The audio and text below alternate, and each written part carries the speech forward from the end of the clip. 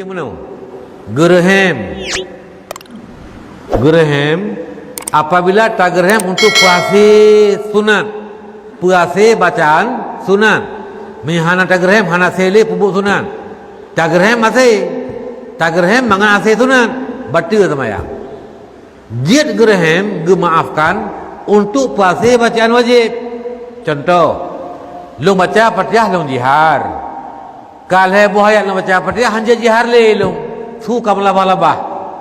Long geraham tu mengaji jihar. Nya keun geraham mengasih sunat. Jihar kan sunat. Nya batal sembahyang. Kibanci long berarti long be long geraham long baca Fatihah sambil sir. Lanjutkan aja Fatihahnya. Ternyata sir pun tidak bisa. Tasir pun hanjit baca. Dumna melabah tak kuraka. Jid geraham. Karena untuk pasir bacaan wajib. Mengasih bacaan wajib. Jid geraham. Dumna ke tiga.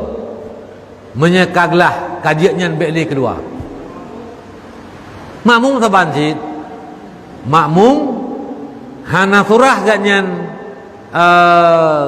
gejihar untuk puasa geraham untuk puasa jihar karena memang makmum sir. Tapi nasurah ba makmum geraham puasa sunat na masa makmum tengah baca doa iftitah kam labah takut geraham mengaji baca iftitah batal sembahyang. Geraham mengaji baca rabbana lakal hamdu. Geraham mengaji baca subhana rabbil azim bihamdi. Geraham mengaji baca rabbighfirli warhamni. Geraham mengaji baca Allahumma ighfirli ma qaddamtu sampai akhir. Nyan geraham untuk puasa baca nyan batal sembahyang makmum atau imam.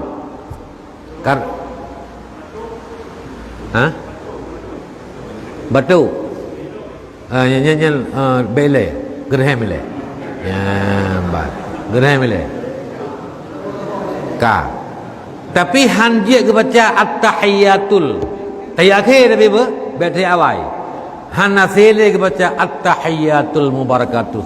Gesir pun tak bisa. Nyan jia geraham on gelah mentang. Tiga geraham kaglah kajian.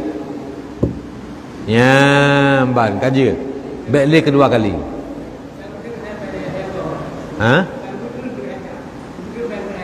Ya, putus bak geraham. Ya.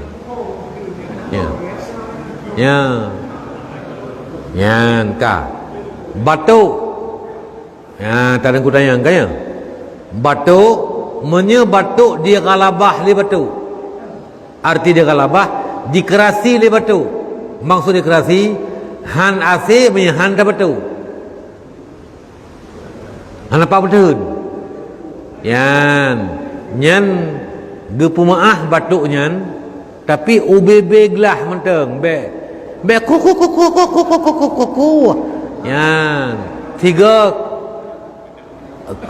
asih tiga kajian yan percuma batuk nyan geraham nyan tengah tak baca Fatihah nyan pihak ulang Fatihah pakal putuh mualat hana batil sembahyang tapi putuh mualat Fatihah.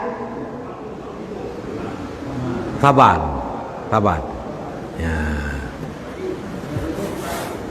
Ya, ban.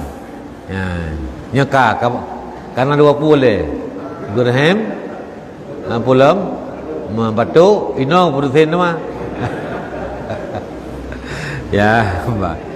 Ya, jadi bersinnya hana sabetun. Ya, bersin nyan hana batil sembahyang kecuali katrib tak bersin. Artinya pun kalau kita bersin urung kamu ulang letak ke. Ya, tukmu kalau lebih lega ke bersin. Kakalam banyak lah kira. Ka banyak nyan lagi nyan batul. Tapi menyesiga warga yang ban hana pak petun bersin yang apa petun nyan ke pemah.